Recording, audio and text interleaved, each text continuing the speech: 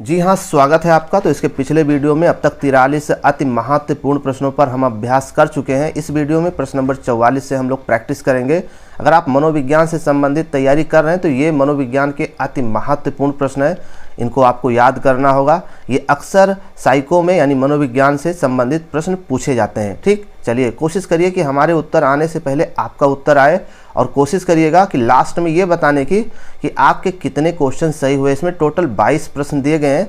Video को pause कर दीजिएगा और ये टेस्ट जरूर दीजिएगा अगर आपने पूरी तैयारी कर ली है तो, ठीक है। और लास्ट में कमेंट्स करके ज़रूर बताइएगा कि आपके कितने सही हैं। टोटल 22 क्वेश्चन है, 22 में कितने सही होते हैं ज़रूर बताइएगा। प्रश्न नंबर 44 है, प्रभावी अधिगम प्रभावशाली प्रेरणा पर निर्भर करता है।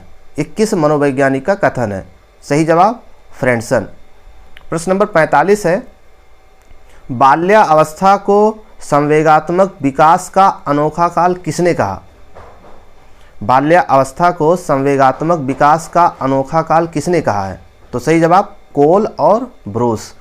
प्रश्न नंबर 46 है, वैश्विक शिक्षण विधि ये किसकी देन है? वैश्विक शिक्षण विधि किसकी देन है? सही जवाब किंडरगार्टन। प्रश्न नंबर 47 है, हड्डियों का विकास कितने वर्ष तक होता है? सही जवाब हड्डियों का विकास कितने वर्ष तक होता है? सही जवाब क्या होगा? 16 वर्षों तक। प्रश्न नंबर 48 है, स्टेनले हॉल द्वारा रचित पुस्तक का नाम बताना है। स्टेनले हॉल द्वारा रचित पुस्तक का नाम क्या है? एडोलसेंस। प्रश्न नंबर 49 है, डाइट को गुणवत्तापूर्ण संचालन के लिए कितने भागों में बांटा गया है? सही जवाब 7 भागों में बांटा गया है। चलिए अगले महत्वपूर्ण प्रश्न की तरफ चलते हैं। प्रश्न नंबर 50 है, सीखने के नियमों का प्रतिपादन किसने किया था? सही जवाब थॉर्नडाइक। कई बार पूछा जा चुका है पेपर में, तो ये सावधान रहिए, सतर्क रहिए।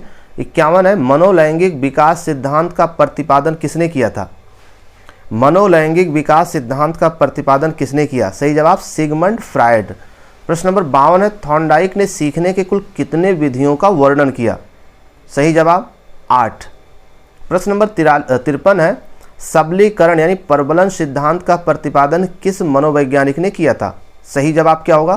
क्लार्क हल ने किया था।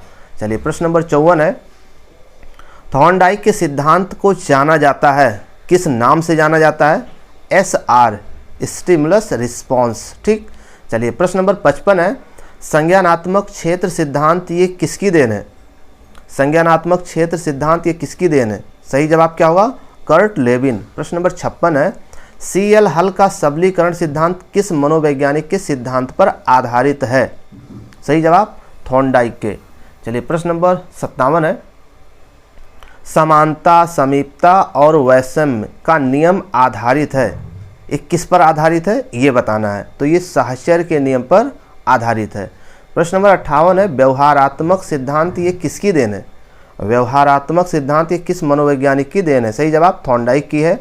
प्रश्न नंबर 59 है, बुद्धि का द्विखंडात्मक सिद्धांत किसने दिया था?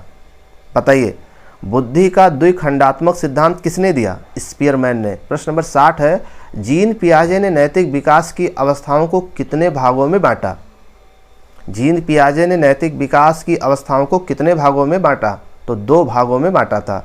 चलिए प्रश्न नंबर 61 है, लॉरेंस कोहलबर्ग ने नैतिक विकास की अवस्थाओं को कितने भागों में बांटा था? सही जवाब 3 भागों में। प्रश्न नंबर 62 है, CAVD परीक्षण का निर्माण किसने किया था? CAVD परीक्षण का निर्माण किसने किया था? थॉर्नडाइक ने किया था। चलिए अगले महत्वपूर्ण प्रश्न की तरफ। प्रश्न नंबर 63 है, बुद्धि का तरल मोज़ेक मॉडल किसने दिया था? बताएं, बुद्धि का तरल मोज़ेक मॉडल किसने दिया? सही जवाब क्या होगा? कैटेल। प्रश्न नंबर 64 है, भाटिया बैटरी परीक्षण किस परीक्षण से संबंधित है? सही जवाब बुद्धि परीक्षण। प्रश्न नंबर 65 है, मनोविज्ञान प्रक्रम प्रयोगशाला का निर्माण किसने किया? सही जवाब विलियम वुंट। सीखने में प्रगति के सूचक वक्र हैं, किसके सूचक हैं? तो ये अधिगम वक्र सीखने में प्रगति के सूचक हैं। चलिए अगला प्रश्न है, प्रश्न नंबर 67 है, अधिगम वक्र के प्रकार कितने होते हैं? तो अधिगम वक्र के 4 प्रकार होते हैं। और प्रश्न नंबर 68 है, व्यवहारवाद का जनक किसे कहा जाता है? तो सही जवाब क्या होगा? वॉटसन। तो ये थे मनोविज्ञान के अति महत्वपूर्ण प्रश्न जो पेपर के लिए बेहद उपयोगी है। और भी महत्वपूर्ण प्रश्नों पर चर्चा इसके नेक्स्ट वीडियो में करेंगे। धन्यवाद।